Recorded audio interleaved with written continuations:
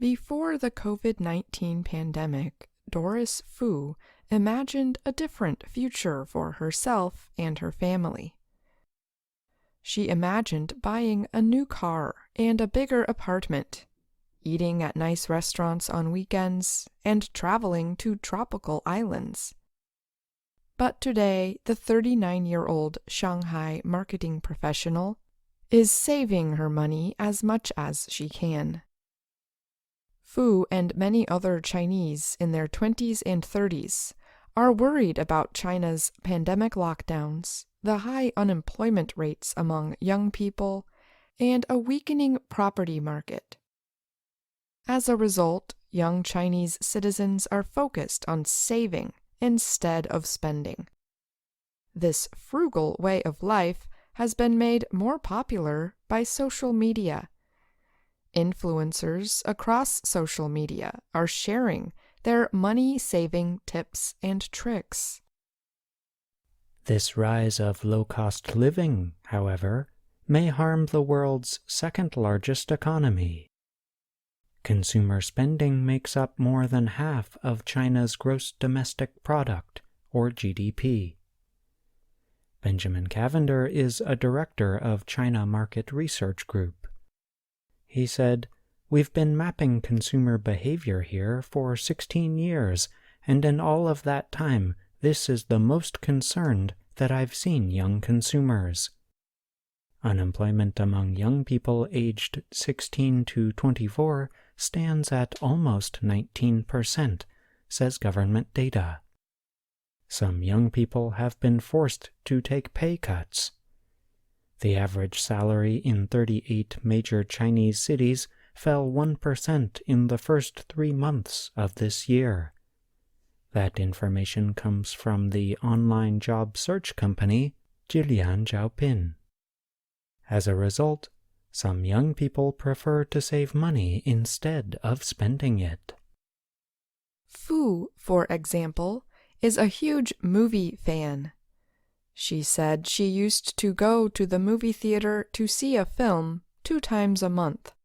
But Fu said, "I haven't stepped inside a cinema since the pandemic."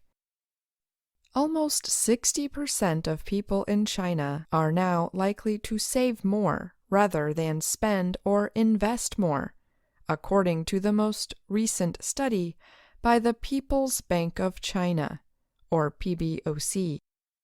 That number was 45% 3 years ago.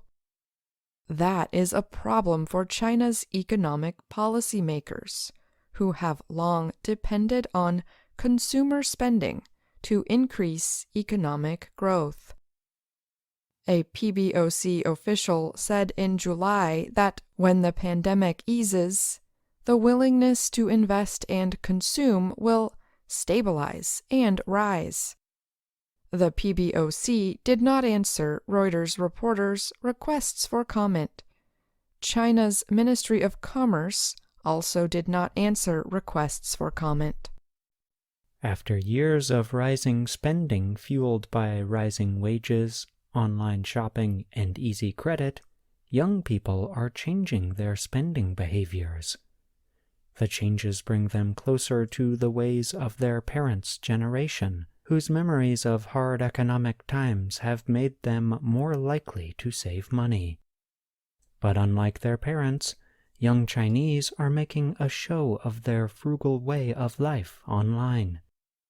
One woman in her 20s in the eastern city of Hangzhou has gained hundreds of thousands of followers by publishing videos on how to make dinner for 10 yuan, about $1.45. The woman goes by the name La Jiang on social media.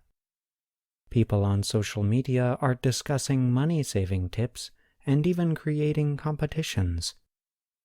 The Live Off 1,600 yuan a month challenge took off among young people in Shanghai, one of China's costliest cities. Yang Jun says she was deep in credit card debt before the pandemic. In 2019, she started a group called the Low Consumption Research Institute on the networking site 周班. The group has gained more than 150,000 members. Yang said she is cutting spending and is selling some of her belongings on second-hand websites to make money. Yang also said she has cut out her daily Starbucks coffee. Fu, the marketing professional, said she changed her makeup brand from Givenchy to a Chinese brand called Florasis, which is about 60% less costly. Yang and Fu are not the only ones in China giving up such goods. Both Starbucks and the French dealer that owns Givenchy have reported sharp drops in sales in China in the most recent quarter. Fu said she has delayed her plans to sell her 2 small apartments for a bigger one that is near a better school system for her son. She also has given up on her goal of buying a newer, nicer car. Why do I dare not upgrade my house and my car, even if I have the money? Fu said. Everything is unknown. I'm Ashley Thompson. And I'm John Russell.